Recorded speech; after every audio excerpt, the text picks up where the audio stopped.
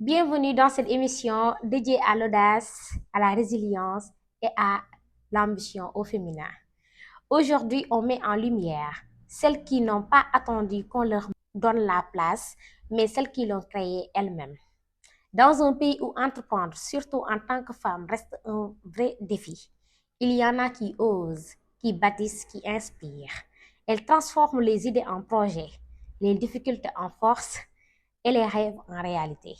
Mon invité du jour en est la preuve vivante. Elle a su faire sa place dans un monde souvent fermé. Et aujourd'hui, elle vient partager son parcours, ses échecs, ses victoires et surtout ses vérités. Installez-vous bien, car cette conversation pourrait bien réveiller la lionne en vous. Bonjour Awa, Oui, bonjour Alima. comment tu vas? Ça va bien et J'espère toi? que tu vas bien. Bien, alhamdulillah. Bon temps yëpp nag gars yi ñu ngi dégg ñuy wax point des entrepreneurs Gis nga. point des entrepreneurs tout le temps ñu ngi naan waaw kan ngay invité ñu bëri xamuñu ko Voilà. njëgate nag c'est une pépite une brave femme macha allah une lionne moom la ñu invité fii si émission point des entrepreneurs te moom moo ko ubbi nag c'est Je notre suis première invitée très honorée en tout cas. en tout cas c'est grâce à ta bravoure macha allah sa Merci courage sa beaucoup. persévérance nga nekk xale employé et jeune femme yoo xamante ne macha allah tu leur montres les chemins loolu moo tax tey jii nii ñu gën la invité parce Merci que beaucoup. en voyant ta page moom bëgg ñu bëgg nañ mel comme yow suñ la ko waxee suñ la ko waxul yëpp nag Merci beaucoup, c'est très gentil en tout cas. voilà bëgg naa nag tey nga présenté wu tuuti wax gars yi yow yaay kan mooy Awa exactement. Bon, salam alaikum tout le monde. Coin des entrepreneurs, maa ngi leen di nuyu. Donc man, je me nomme Awa Sagna, Madame Sambou.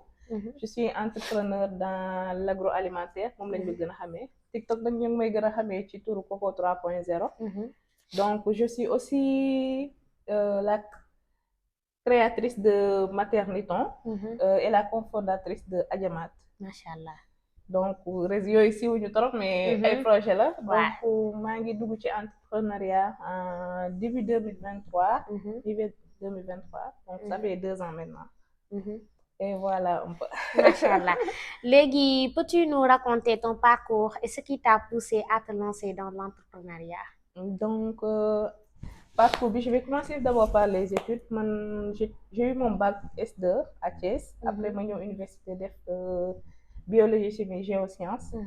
Et dès ma première année de me reprendre ça a été assez difficile parce que c'était la première fois. Après nag ma daal di deuxième année bi ma koy reprendre ma def ay concours ci laa réussir BTS.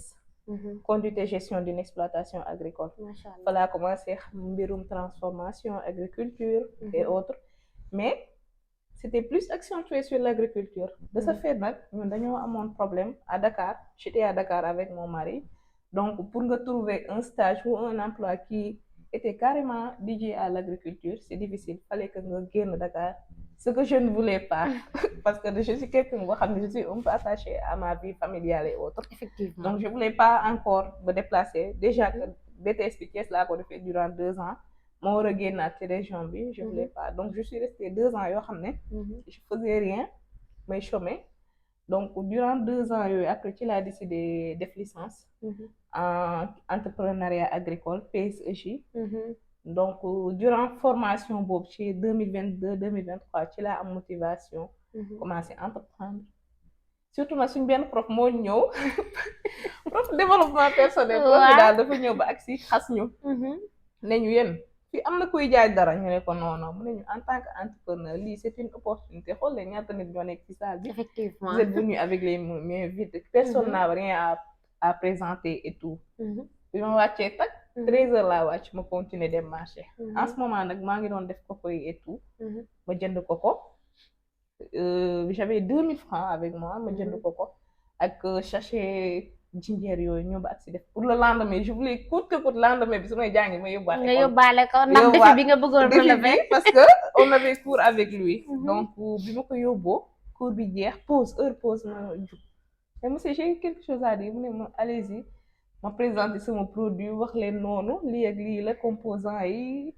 ne leen temps lay jar si vous êtes intéressé je suis là nit ñi commencé jënd prof bi jënd sama stock bi yëpp ma pour t'encourager ma kontaan ñëw nag commencé après nag ci laa commencé chaque jour durant moom kuuram xam naa ne su ma ñëwee beneen jour indi ma ko dina ma xas. durant kuuram may insister di indi noonu chaque jour ba 2 semaines muy jeex ñu amaat beneen prof moom tamit mu ñëw prof bu ñëw nag dama lay gisee benn sachet ko may la ko. waaw bu lii laay jaay après prof yi jëndaale waa classe bi et noonu. ce qui faisait que j'arrivais à sama passe dem naa ba dama laal sama passe su ma daan jàng si 300 laa indi mais indi aller retour bi dama naan kut ko dinaa jaay lu ma delloo donc c'était comme ça après conseil yi ñëw suñ benn prof marketing moom moo ñëw ne ma kiiwal pourquoi yaa ngi ci réseau yi ma ne ko waaw mais friperie laay jaay ay friperie laa doon jaay di ci kon yow it jaar nga si bien sûr awa friperie lañ ma njëkk a xamee sama compte boobu mooy existé woon sax mais waaw awa friperie lañ ma doo xamee woon fa laa commencé di jaay fa laa commencé di interagir ak réseaux sociaux yi tamit effectivement donc sama premier live c'était en janvier 2023 je pense et c'était assez difficile parce que tam mon réseau su ma daan wax man dama daan laqatu si ginnaaw di wax yooyu mais première fois mu matal 1000 abonnés war a live samay friperie j'étais là la voix tremblante et tout je comprends effectivement la voix tremblante et tout ma def samay bêtises jaay premier live bi jàll ma defaat deuxième live ji ñi di jënd noonu mais après bi koko bi boosté noonu ba commencé dem mu daal di 6 friperie bi ma daal di abandonné friperie bi concentré wu ci koko bi c'est ça parce que des fois boobu da ngay gis yoon quoi boo xamante ne foofu nga mën a voilà c'est ça et cetera noonu la demee léegi yow en tant que femme as-tu rencontré des défis spécifiques pour te faire une place dans le monde des affaires ñun ñëpp xam nañ nan le monde des affaires mel loolu la xam nga bon le monde des affaires pas trop difficile parce que comme ci réseau yi la on a la chance que nga mën a nekk sa kër di gérer sa kër di def sa kii en même temps say production ak say vente say livraison mais les problèmes en tant que femme c'était surtout si côté kii bi ñu koy waxee sax insertion milieu du travail bi mais en tant que entrepreneur c'est vrai que am na opportunité yoo xam ne léeg-léeg day ñëw tu as peur de t'engager man ce qui m'arrive souvent c'est que damay gis dara j'ai une idée je sais que lii su ma ko defee ça va me rapporter je vais évoluer mais je pense souvent à les conséquences que ça aura par rapport à ma stabilité familiale me reculer donc man souvent problème boobu laay rencontrer le plus souvent mais c'est pas par rapport à aspect féminin masculin posage boobu pour l'instant j'ai pas encore rencontré problème bu mel noonu te jéemoo aussi combattre peur boobu noonu bon maa ngi ci évoluer petit à petit mais c'est assez profond problème bu profond la da ngay ragal benn déséquilibre am voilà déséquilibre am ma gën a ñàkk jot pour samay doom parce que déjà xale yi tàmmoon nañ di ma gis ci kër gi tout le temps comme ni ma koy waxee souvent sama vlog yi local bi ma amee local j'ai eu tout un problème pour m'organiser parce que je voulais être là à 100% et aussi sama entreprise tamit ma nekk fa à 100% alors que c'est pas possible te nekkoo 2 personnes gis nga benn nit kese la donc da ngay obligé bàyyi yenn yi jël yenn yi mais man pour l'instant daal problème boobu laa am daal ak xale yi j'ai du mal vraiment waaw c'est vrai je comprends léegi est-ce que ta famille t'a soutenu ou il a fallu te battre pour qu'on prenne ton projet au sérieux bon ma famille beaucoup surtout ma belle famille m'a beaucoup soutenu parce que man bi may commencé projet entrepreneuriat j'étais déjà mariée donc j'avais surtout ma belle-sœur elle moom machallah elle m'a beaucoup soutenu période bi ñuy commencé ko koy dama daan dem di veiller ba ay 4 heures du matin ci production parce que j'étais seule léeg-léeg nga am commande boo xam ne day bëri moyen de production yi bëriwul yow kese la nga war a gérer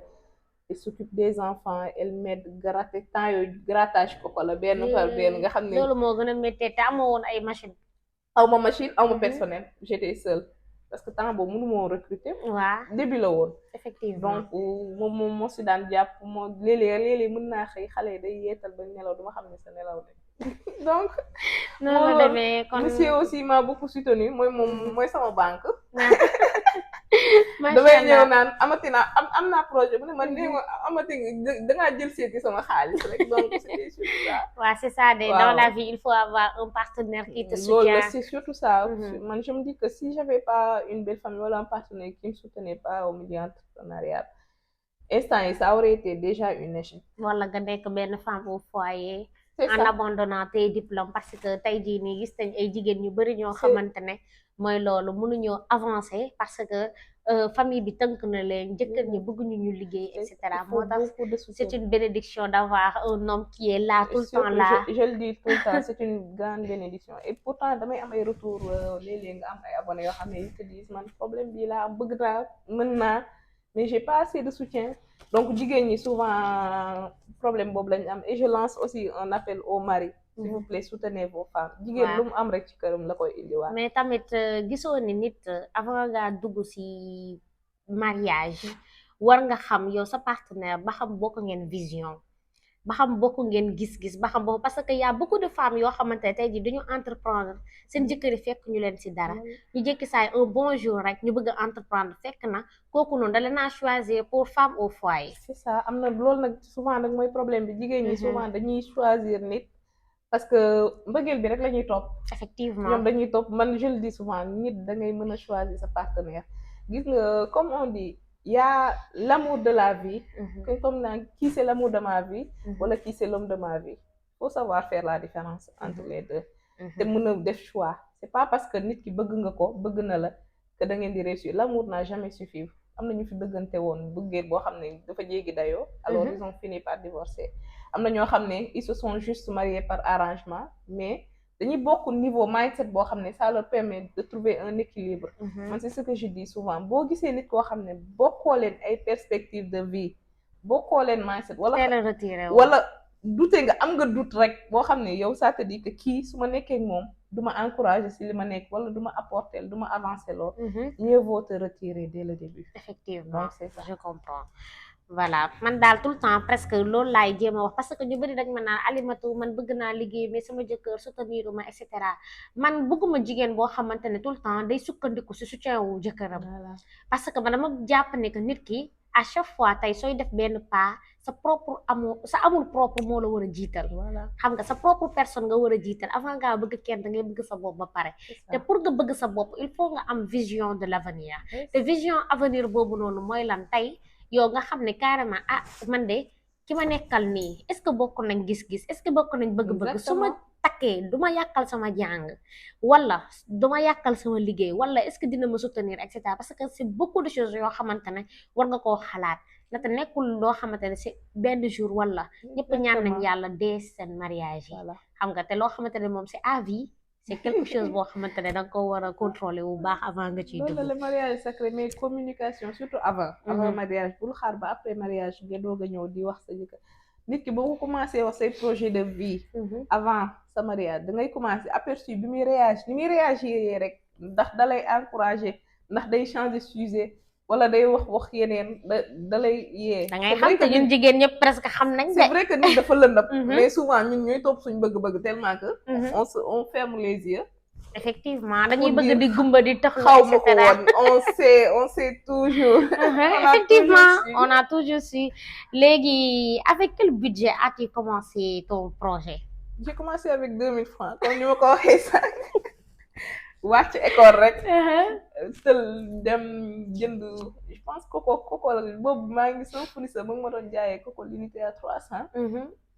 ma jënd 300 coco jënd genn-waa liibar jinjeer suukar musee ko moom ravitaillement bi gaz ravitaillement ak sachet paquet sachet bu 500 mooy sachet yu ndaw yi ñuy sol coco yi avant donc j'ai commencé ak sachet yooyu en balcon laa doon produire waaw ak samay di def ndànk rek waaw c'est vrai parce que souvent tamit damay wax nit ñi affaire bi du question de budget waaw loolu la ñuy bañ a dégg nag comme du question de budget ñoom tout le temps dañuy bëgg xool waaw man aw ma budget damaa bëgg nga financer ma damaa bëgg nangam ak nangam et cetera te alors que man moom 750 francs laa commencé ay tàngal log ma yii nii may gis ngay defar moom laa doon defar parce que xoolal fu ma dem je le crie sur tous les toits parce que fierté la nekk ci man day nekk fierté tellement fierté la en fait parce que yow da ngay xam ne carrément da ngay am courage boo xam ne foo mënti toog da nga naan personne n'a participé à ma réussite.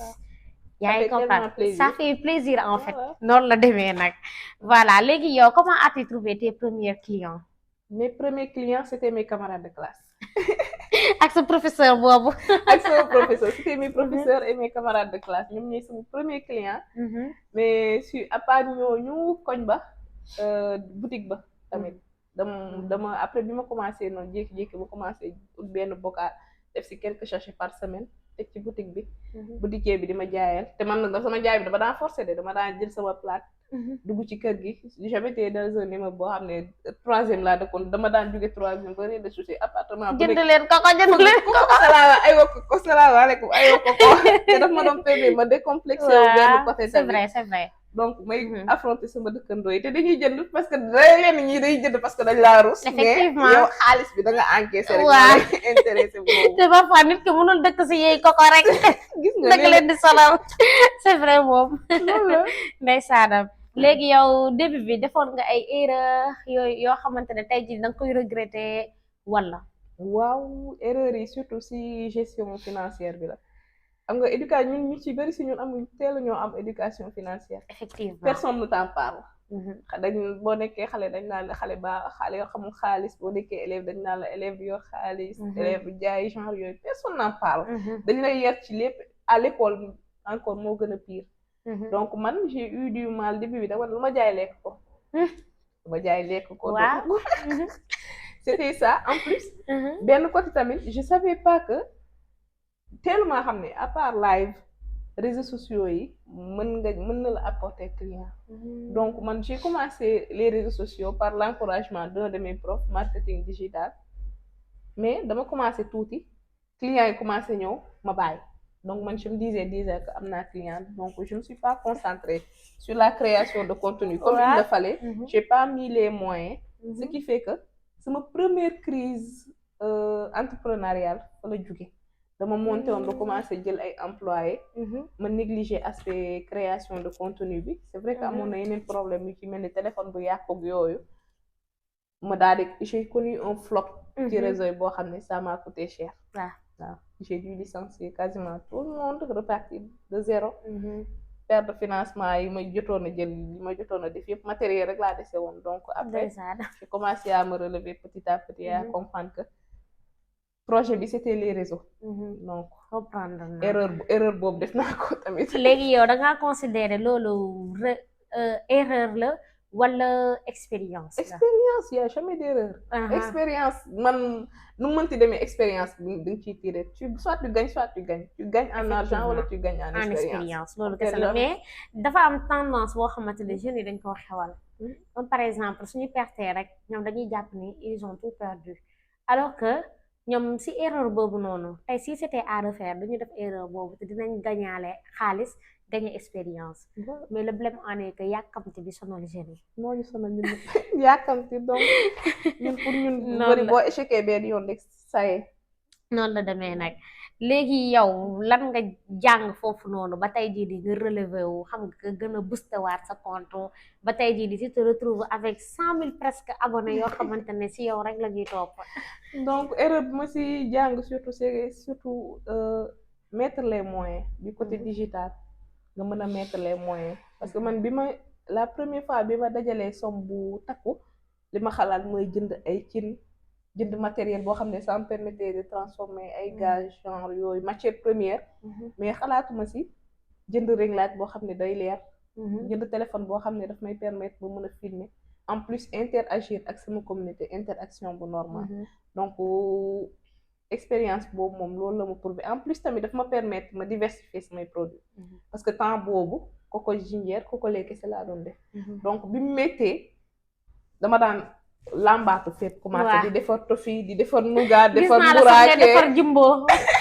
gis nga donc ba tey damay diversifier loolu moo ma jàngal diversification ba tey su ma demee ba benn instant damay diversifier. da ngay diversifier parce que tu sais que les gens se lassent. un produit mën na dox tey suba nit ñi miin ko wala mu bëri ci dëkk bi ñu bàyyi surtout boo nekkee ci réseaux sociaux yi da ngay créer dara wala nga fekk fi dara promouvoir ko nit ñi xamee ko ci yow après les gens s'inspirent du ma nekk photocopie parce que ñun ñii ñëpp dañoo copier. dañoo copier waaw les gens s'inspirent de plus en plus sur les réseaux sociaux. juste que yow soo copier doo copier lépp textuellement mais da ngay indiwaale sa touche boo xamante ne day différencier wu bu baax a baax a loolu nag baax mooy problème ñu bëri.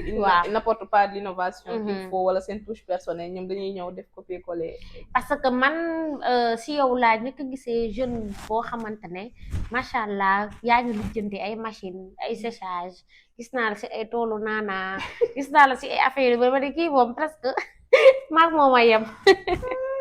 multipassionné. waaw multipassionné noonu la demee te soo koy def bon yow doo gis coono bi passion bi ngay gis. voilà noonu la demee nag léegi yow sa organisation comment gères-tu ton temps entre le travail la maison tes enfants et toi-même en ta propre personne. bon gestion bi organisation kese la. organisation kese la laaj da ngay mën a organiser surtout si sa bopp avant si say activité il faut être stable mentalement nga mën a stabiliser sa bopp le plus possible. donc entourage bi déjà bu ñu demee ba comprendre yow sa routine dañ c'est déjà un grand pas en avant.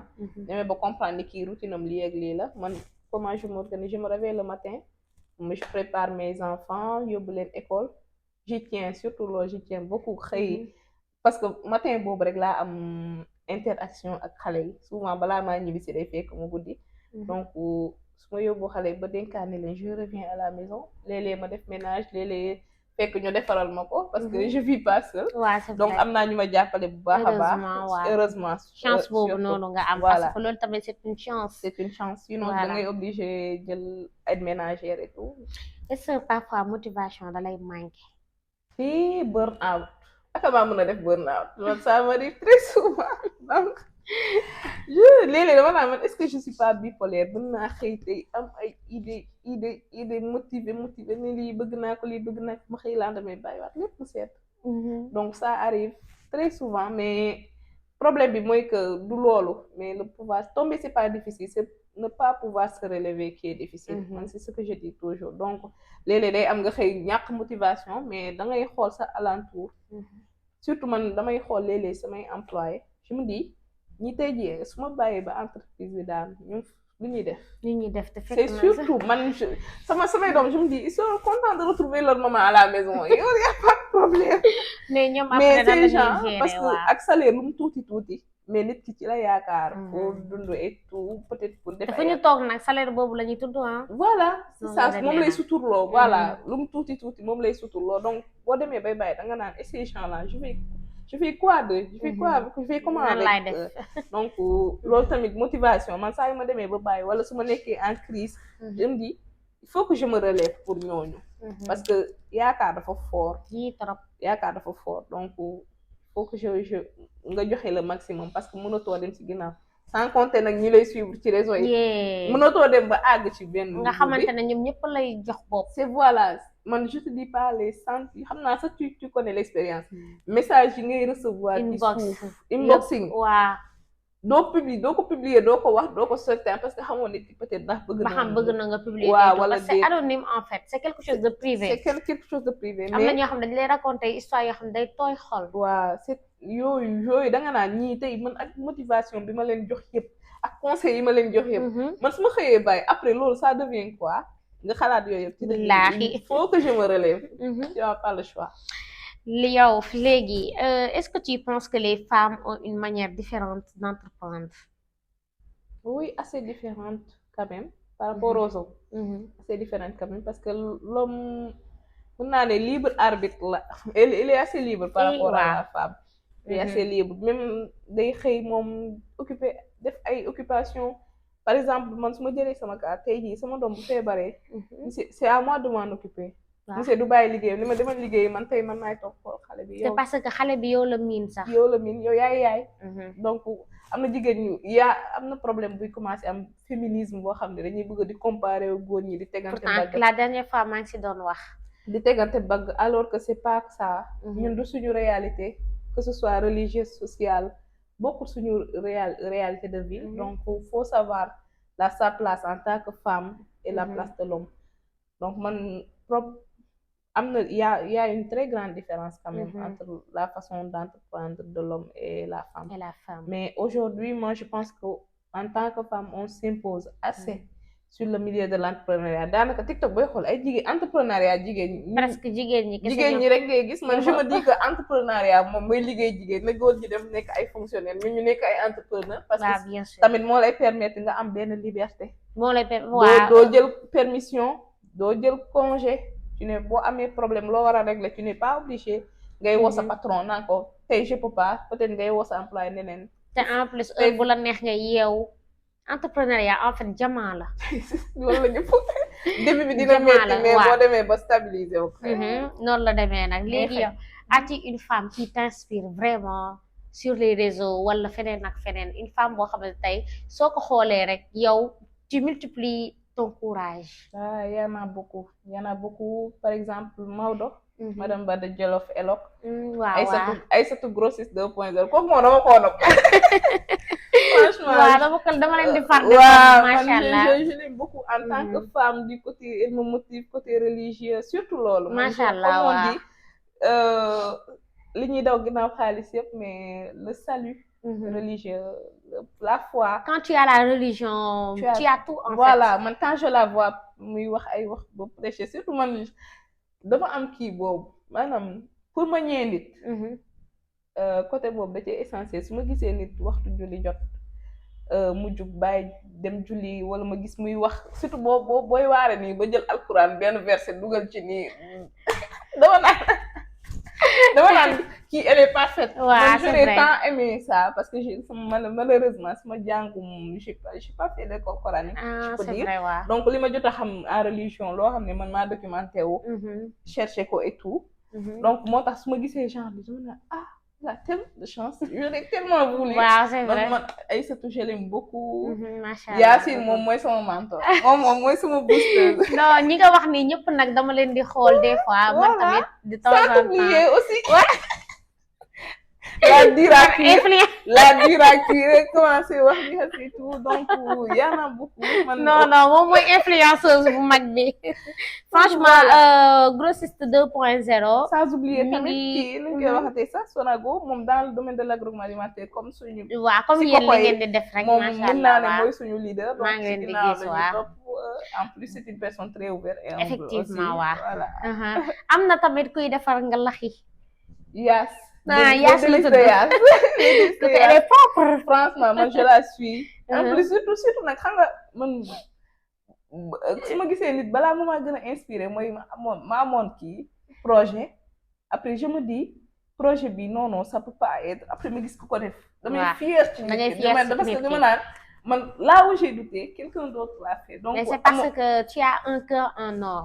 parce que non c'est vrai parce que am na ñoo xamante ne tey jii nii suñu gisee yow. comme par exemple man ma bëggoon defar koko. yow ma gis la nga defar koko dama lay een. non pas du tout loolu parfois day am. day am si ay nit mais su fekkee ne du moment où tu es fier c'est parce que là vraiment tu es un entrepreneur. man je me dis ce projet là je l'avais mais man fi ma ragalee moom ñemee na fa. donc nit ki dama koy nawee loolu fit bi mu am. c'est vrai ba mu def projet bi donc Yaas tamit loolu la woon parce que. amoon na ay temps je fais ce projet et même Khady Légumes. waaw Khady Légumes borom langage pël yi. donc voilà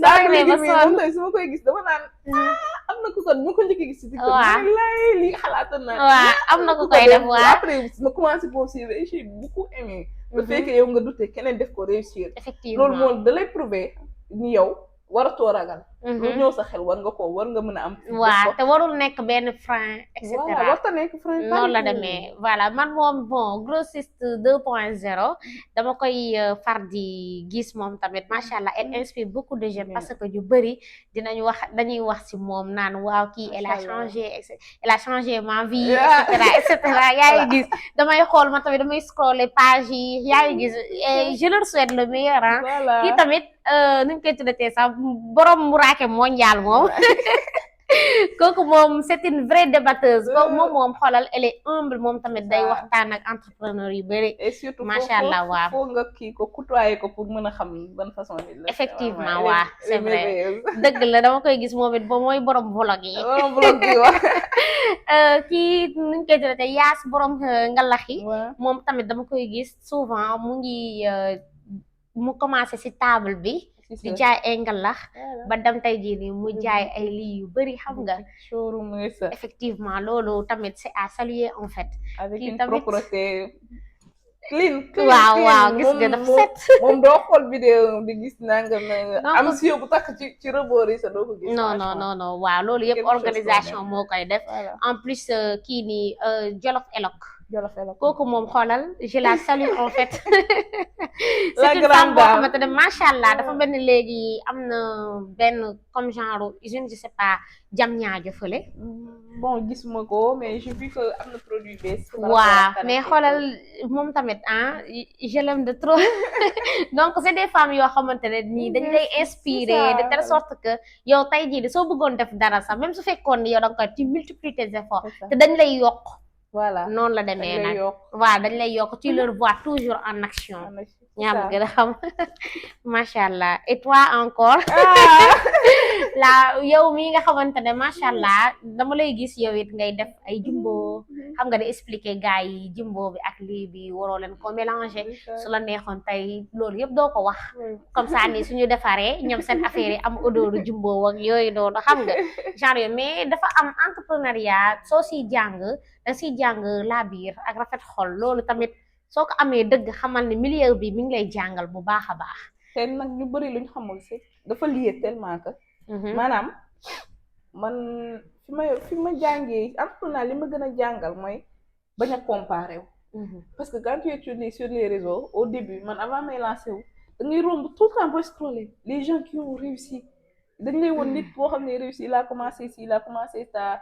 et yow tu te frustres loolu la nga gis ay xale ay nit ñoo xam ne sa âge la wala ñoo mag tu te frustres tu risques de te frustrer da nga naan ñëpp réussir nañ sauf man impression boobu souvent moom lay joxe alors que c'est pas ça loolu da la war a motiver yow tamit nga la war a motiver parce que yow sax xamoo ba xam ñooñu lu ñuy poster dëgg la voilà c'est surtout ça parce que c'est les réalités du terrain yow tey jii nii mën nga toog nga waxtaan awa nga toog nii nga wax yaa ngi waxtaan ak man aisément te peut-être tu es stressé à l'intérieur de toi peut-être tey jii nii yaa ngi xalaat ni que su ma ñibbee tey bor yu ma yor wala est-ce que defoo prêt est-ce que defoo nangam ak nangam machine yi ma jënd est-ce que tey jii nii lii su ñëwee dina tàq c'est des risques en fait on montre que le côté souvent nit ñi il montre que le côté positif des choses li ci biir mënoo koo xam doo ko mën a wax xam nga lan moo tax l'écran bi du wane sa degré de stress wala du refléter say problèmes parce que jom bi ak ngor bi nekk ci yow da ngay bañ mu yeew voilà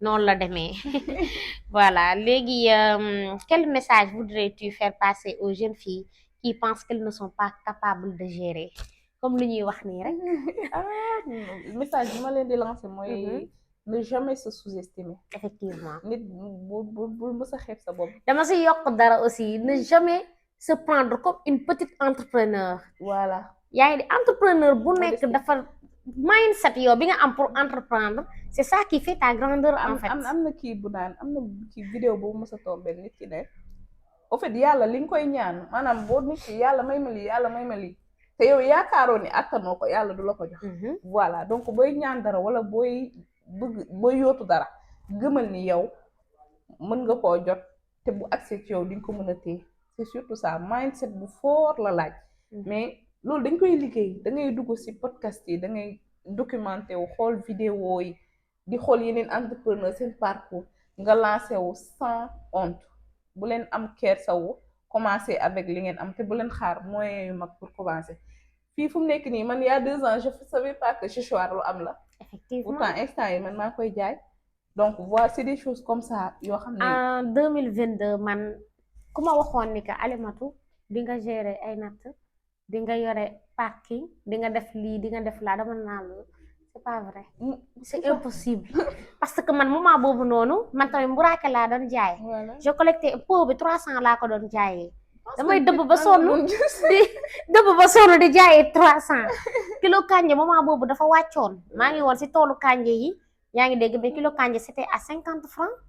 ah bon non je te le day dem jure ba àgg foofu. dama ko doon yenn yóbbu ko ba Castor ñu may jaayee kilo fukki dërëm oh xam nga et c'était ça. très difficile te Loolu- pourtant je ne le montrais pas sur les réseaux sociaux. moment yooyu nag moo lay forger. noonu la demee tey nag dinaa ko sañ a wax parce que peut-être yaa ma gën a xam pour ma gën a influencer ñeneen ñi mais avant sañoo ko woon wax parce que dañuy naan moo kon njëgate kànja amul dara fekk na yow xooloo fa loolu yaa ngi xool expérience bi expérience yaa ngi xoole yaa ngi xool yow expertise bi nga fa war a am jëlee. Donc, effectivement surtout loolu bu ñu xeeb. bu Mhm. ñu taay. noonu la demee boo essayé tey lii bu doxul suba mën ngaa essayé waat leneen. leneen mu dox loolu la da ngay formé wu documenté wu te léegi jarul formation jarul fay. jarul fay jarul yàlla fay YouTube YouTube a ngi fi. sa genre yi dañuy former ay nit gratuitement sur les réseaux sociaux gis nga vidéo yi ngay suivre entrepreneur yi ngay suivre li ngay déglu nga commencé. tofi bi nga fi defaroon keroog rek di woon nit ñi benn business et loolu noonu peut mën naa wax fu ma yegg moom fa eggal gis nga parce que moom laa doon jaay di wër di ko jaay nank ma tamit samay camarades de classe yi ñu ko nekk sama client sonal nañ leen ñoom tamit. i torop sax torop amuñu seen fay léegi yow est-ce que tu est-ce facile de faire du business au Sénégal en tant que femme. bon mën naa ne c'est facile c'est pas facile. Ça dépend de la motivation. Il y a trop de tentatives. Il y a trop de tentatives, surtout les prêts bancaires. On est trop tenté à avoir un investissement au niveau des banques, alors que c'est assez risqué. Man, j'avoue que jusqu'à présent, j'ai jamais fait contracter de prêt. Oui. Jamais de contracter de prêt. Et si je peux vous donner un conseil, n'en prenez pas. Mhm. Même pas du aspect religieux, bi nga xamné dañ nan day délo ginaaw et tout, mais ce risque bu gën a mag si fait risque d'esprit dafa neex nga xëy mu leer la ne yoreloo kenn dara yoreloo kenn boo dara daanu xëy na yow sa échec ngay yóbbaale rek mais doo yóbbaale bor. man tout le temps Voilà. jeune suñu waxee banque dama naan sama xel ñi am nañ fit man ba léegi nii banque lu tuddee ci xaalis sekkuma kaak moom c'est ça parce que j'ai peur en fait dafa ragal lu des dafa ragal lu des. banque tey jii ni man gëm naa ne sooy dem bay liggéey ak banque day fekk ni nga nekk benn multimilliardaire banque bi ñëw di la tabaxal sa kër da koy fay muy jël kër gi nànk-nànk si sa xaalis bi ñu fa denc loolu la en fait mais amuñ stratégie en fait amuñ stratégie c'est que nag dañoo gëmloo bu yàgg loo xam ne financement ku ñëw wax la formation entrepreneuriat luñ la ci tegal financement module biñ la ci tegal comment obtenir un financement noonu la demee moom lañ lay tegal donc yow tu penses que il te faut un financement pour commencer commencer loolu la avec ñuy ce foog que vous avez effectivement parce que li nga am noonu yàlla mën na cee def barke ba suba nga am te leneen loolu nag moo ëpp barke xaalis bi nga liggéeyal sa bopp sa ñaq bopp ni ko yàlla di barkele yow sax da lay étonné xaalis bi mën a multiplier woo ci loxo non mais sérieusement da yow bii da ngay toog benn ins nga dégg lii est-ce que amul lu dugg entre temps te man yëgu ma ko non mais yow des fois ça t'arrive pas parfois ngay jooy nga toog benn place di sant sa borom di jooy en même temps nga ni fi mu la jëlee ak fi nga àgg tey julli guddi surtout surtout léeg-léeg man damay toog léeg-léeg man je suis ingrate envers yàlla li ma defal yëpp ma toog léeg-léeg di naan comme ça nga def dara nii mu échec nga toog di ko mer wala di ko xalaat dama naan man je suis ingrate de yàlla li ma defal yëpp tey man maa toog di wax lii wala di kii lii effectivement ndax li nga daj la et tout nit da ngay mën a sant yàlla ci lim la may nga bañ tout le temps di xool lim defal keneen parce que yàlla moom mooy maye moom mooy xañe te xañu kenn sax amaan na sa wërsëg moo jotagul wala genre yooyu bindaguñ ko sa destin bindaguñ ko sa destin léeg-léeg sama damay toog comme ça ma xalaat yenn échec yi ma jot a def je me dis heureusement ma def échec yooyu parce que te yooyu bu doon ay réussite je pense pas que j'aurais été là où je suis te nga teel a xam échec moo gën sa nga dem ba sori daanoo ci kaw instant bii ni yow d'ici 30 ans wala 40 ans da ngay jël sa retraite voilà jël sa retraite maanaam nit ñi dañoo foog ni da ngay toog benn place non c'est un moment boo xam tu vas profiter de tes enfants tout en manipulant ton business mais fekk na affaire bi yëpp mi ngi en tête nekkul loo xamante ne tey day nekk du doon sa force physique ngay def effectivement déployer pour def ko noonu la demee nag rek di woote wala di gérer voilà léegi quelles sont les réalités du terrain que les gens ignorent souvent bon les réalités du terrain souvent si par rapport ak clientèle bi comme par exemple tey jii nii nga wàcc nit ñi dañoo foog ni business bi yomb na suñu gisee nit am benn revenu bi yaa ngi dégg léegi réalité bi jeunes yi nga xamante ne xamuñu ko lan moo ci nekk parce que ñoom dañoo foog tout ce qui brille c'est de l'or alors que tout ce qui brille ce n'est pas de l'or mën nga gis nit ki nii normal na certes mi ngi générer de l'argent mi ngi am xaalisam et cetera mais est-ce que xam nga moom réalité yi muy daj loolu la ñu bari parce que man li may wax souvent sur les réseaux yaa am na personnage am personne par exemple Coco c'est un de mes personnages boo xam ne moom laay incarné ci réseau yi li ma fa bëgg a wone mooy une femme malgré mu nekkoon femme au foyer elle a pu di entreprendre ba dem ba créer entreprise am ak doomam yëpp mu gérer ko ça c'est Coco 3.0 mais Awa dans la vie réelle c'est une toute autre personne c'est un tout autre comportement beneen réalité moo nekk foofu donc nit ñi il faut ngeen mën a différencier liñ leen di won ci réseau yi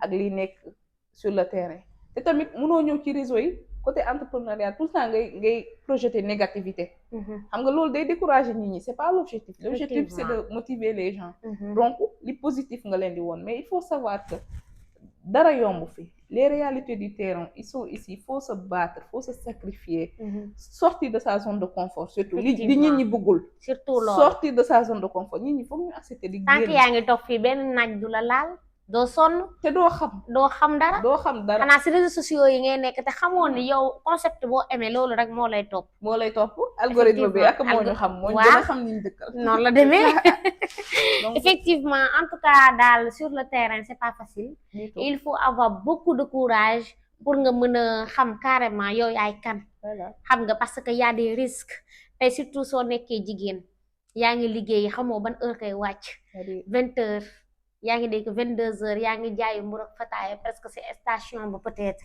nga dem ba foofu noonu war a wàcc y a trop de tentatives war a jël oto yaa ngi dégg war a ñëw fii ni di kanang-kanagi mais il faut avoir un fort mental et du caractère du cran pour nga réussir ci domaine boobu noonu caractère boo nekkee jigéen ak domaine boo mënti nekk caractère rek moo la ci mën a génnee parce que góor ñi ñoom duñu gis entrepreneur wala chef d'entreprise bi nga doon de jigéen bi nga doon rek la ñuy gis effectivement dañuy am benn faiblesse boo xam ne dañ la koy attribuer parce que yow juste jigéen nga loolu yow yaa ko war a bañ en tant que jigéen que ce soit avec tes employés wala avec tes collaborateurs am benn sorte de caractère ça veut pas dire di xuloog ñëpp di fas sa kanam mais ku nekk nga mën koo xamal ni lii mooy suñu limite fii ngay yem ak man waaw boo nekkee jigéen c'est essentiel tamit c'est essentiel loolu nga xam ko parce que tey jii nii waroo leen topp xaalis bi kese parce que je veux vendre pour vendre je vais manquer ma dignité chaque jour je parle de dignité sur les réseaux sociaux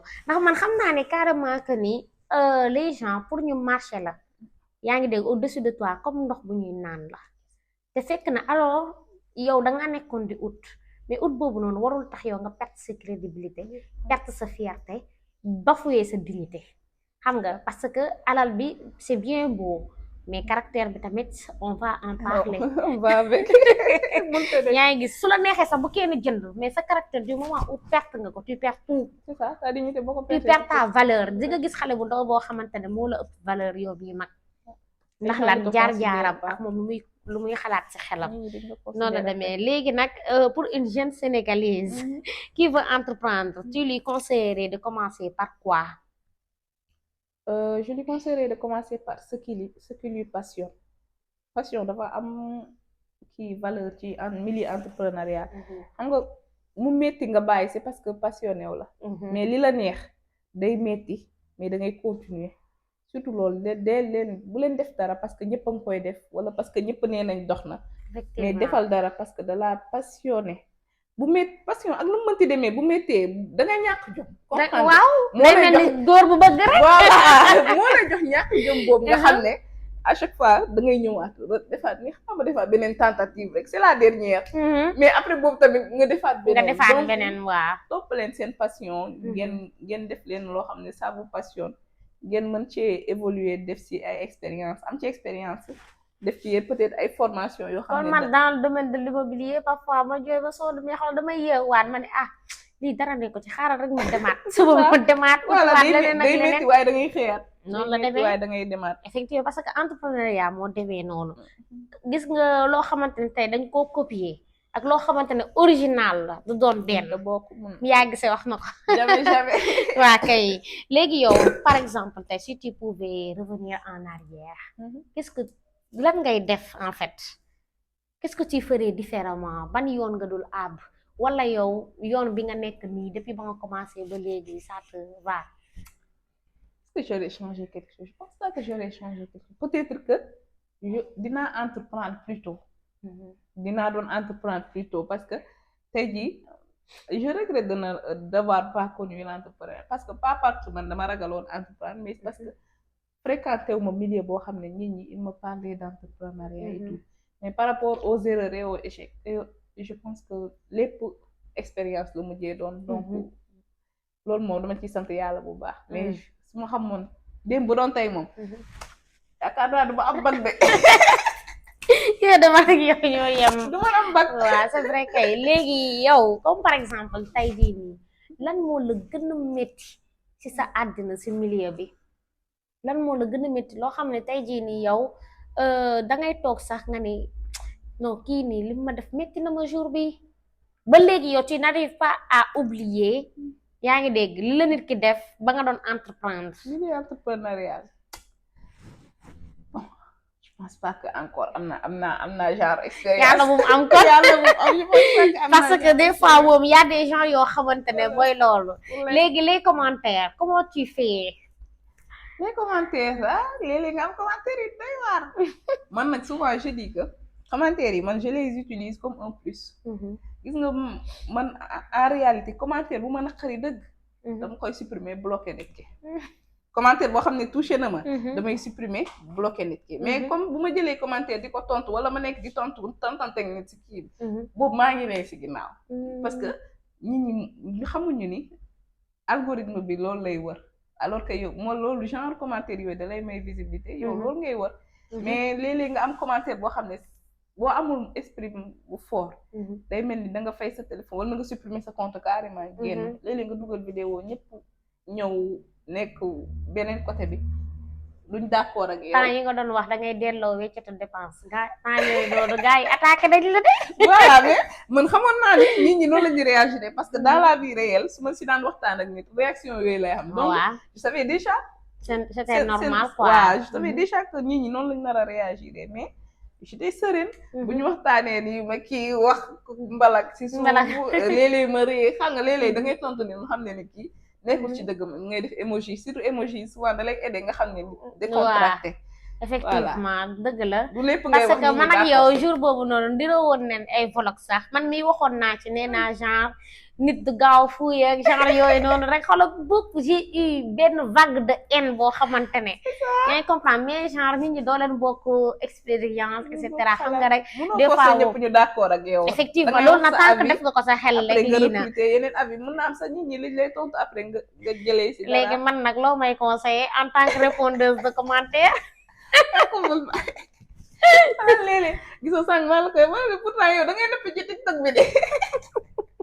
donc voilà alima bi ñuy gis ci TikTok bi ak alima bi nekk nii bokkul mais TikTok foog nga am benn carapace bu solide. effectivement de tous les réseaux léeg-léeg booy xool artistes yu mag yi wala influenceurs yu mag yi dañ naan la ñoom amuñu TikTok wala dañoo supprimer seen TikTok. c'est la jungle des réseaux sociaux. sauvage la c'est la loi du plus fort. soit tu écrases les gens. soit ñu écraser la. moo tax foog nga am benn carapace bu dëgër boo xam ne ça te permet nit ñi bañ a am benn. ñi ñu am benn comme ça ñu bañ laa percer. ñu bañ laa percer. nga am benn limite boo xam ne dinañ ne kii su ma ko waxee lii dina ma tontu lii. voilà donc boobu bu fekkee loolu moo baax si ñoom de répondre commentaire. genre man répondre commentaire ça m'a beaucoup aidé si sama wàllum visibilité ça m'a apporté beaucoup de clients ça m'a apporté beaucoup de choses. maanaam yaa ngi ñun on joue sur ça. mais les gens des fois ils mettent les organes ñoo xamuñu ne. dañuy tontu juste pour créer le débat. waaw wala la visibilité mais pas pour parce que de la métier. on n'a pas le temps. voilà en fait temps bi amuñu ko. réseau yi moo demee noonu. tey jii nii yow su nekkul woon émission yi maa ngi sa tool ya wala maa ngi feneen ak feneen t'as vu parce que des fois duñu sax tal suñu téléphone yi mais juste que doo am contenu parfois et les commentaires peut-être à créer des contenus. surtout loolu. moo tax genre en tout cas daal c'est une femme très brave boo xam ni macha allah ah nekk na nit boo xamante ne ku koy suivre ku ne des fois tu m'inspires tellement parce que damay toog ma ne kii elle parle calmement elle parle doucement xam nga te loolu dama koy gaaw a bëgg si nit xam nga yow ne nga soo gisee koy jàng alxuraan danga koy ñii man jàng naa alxuraan mën naa ko xam naa nam lay signifier et cetera mais parler doucement c'est mon plus grand défaut man su ma defee vocal sax su may dégluwaat sama bopp damay tiit alors Awa si loo nekk yaa si jàmm kañ ngay ñëw. non man je pense que la diversification de nos kii. de nos tempéraments mooy indi yenn kii maanaam stabilité bi ñuy am. waaw effectivement am ñun ñëpp buñ calmé du neex ñun ñëpp buñ xumbee du neex. du neex yàlla ku nekk am nga sa caractère nit ñi soit dañu ciy bëgg. soit ñu bañ la ci. mais nga rester authentique. non dinaa jàng wax ndànk jigéen day jàng wax ndànk dox ndànk. parce que c'est que tamit en entrepreneuriat il faut essayer tamit de garder son sang-froid. xam nga parce que lan moo tax ngay garder sa sang-froid ba nit ñi dañoo xam lu la métti ou pas parce que affaire bi yemul fii en fait day dem ba nga rencontrer d'autres personnes du moment où yaa ngi wane sa degré rek yow dañuy xam ban genre type de personne la te suñu xamee sa type de personne rek dañ lay percer dañ lay manipuler dañ lay gaañ dañ lay laal def waaw kay lu ñu xam ba xam mer nga ou mero et cetera yaa ngi gis moo tax des fois genre loolu dama koy bëgg si nit su ma gisee nit boo xam ne dafa calme peu importe man damay lire say commentaires damay gis des commentaires yoo xamante ne si c'était moi dinaa la wax loo xam ni gisoo sànq FBS mooy kiy jaay lii nii kooku di ko yow ay yëre yu lii rek ngay sol ay yëre yu yàgg ngay jaay xam nga moom lañ ko wax mais ça m'a beaucoup blessé en fait parce que nga jël tontu guerre bi tontu naa tontu bi dugal naa ko vidéo avant ma commencé sama émission parce que genre j'aime pas quand on rabaisse un entrepreneur ndax xamoo derrière te pourtant kooku noonu derrière ces vidéos derrière moom lu muy poster nii et cetera elle a une famille à gérer elle a un enfant machallah et c'est une personne boo xamante ne c'est une grande dame friperie ñëpp xam nañ ni jaay ko dafa métti da koy trier benn te yëre yëpp lay passé di passé xoolal ba sa bagg des fi nga xam ne man ba passé rek laa bëgg xalaata fóot de waaye passé léegi imagine toi nit ki nga xamante ne passé na yëreem ba affaire yi dara froissé aussi mu def ci ay étiquette am def lépp mu nga dugal ko TikTok nit déstabiliser la naan la lu yàgg ngay sol xam nga loolu tamit genre des fois neexul si xol xam nga lu ma la wax te man damaa yor xol buy sot en tout cas robe ma la jaay rafet na trop man je pensais que da nga koo ñawlu ñawluwuma ko yàlla xam na ko lii friperie la 4000 francs la koy jaayee dinaa la jox numéro am certes que connecté wu nga ak moom sax dinaa la jox numéro am waa noonu la demee nag mais en tout cas c'était une très belle émission merci beaucoup miinante nañ kontaan naa si trop wax dëgg fa ne yàlla parce que tu es une personne simple ambitieuse courageuse une personne boo xamante ne c'est sans façon li ngay wone ci réseau yi tamit noonu nga mel nii naturellement sauf que nag tu es beaucoup plus belle en face li ñuy def émission yi maa ngi xool sa bët yi macha allah